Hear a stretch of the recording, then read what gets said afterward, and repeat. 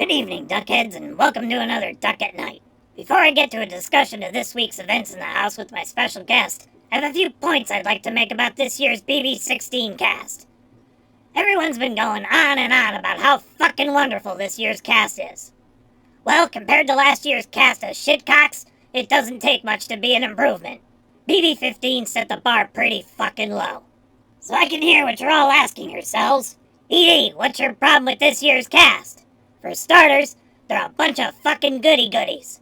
I mean, who the fuck volunteers to go on slop because it's their turn?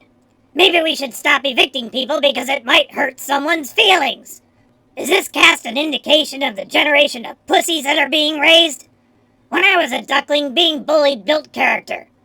And it kept the fucking weirdos from getting out of control. And what is with all the flippin' prayer circles? If BB9 proved anything, it was that BB and religion don't mix. If God had any interest in Big Brother, he would have leveled this fucking house years ago. I'm just thankful there's no fucking singing allowed in the house. Not that some of these fucking morons can grasp that concept.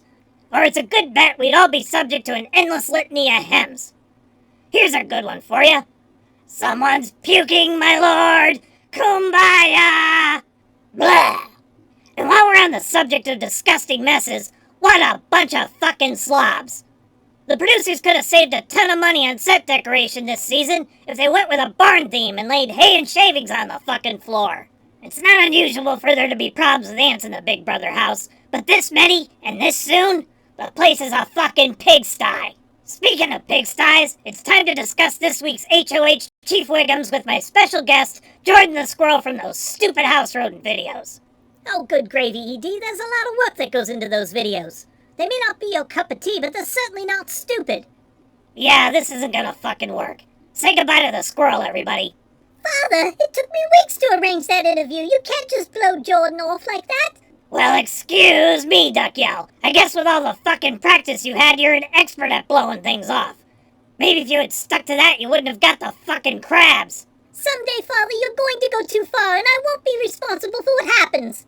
Duck Yell, you and responsible should never be used in the same sentence, because you're never responsible for anything. Oh, Father. Anyway, Duckheads, Chief Wiggum's HOH was boring, predictable, and fucking forgettable. Let's get this party started this week with an HOH that will shake up the house and leave a few of these fuckers quaking in their fucking bunny slippers. I need to go take a massive dump, but before I go, there's one other thing I need to address. Last night, Caleb revealed that being on slop is causing him to grow boobs. I swear to Otev, I'm not making this shit up. So, enjoy the following PSA. Good night, Duckheads.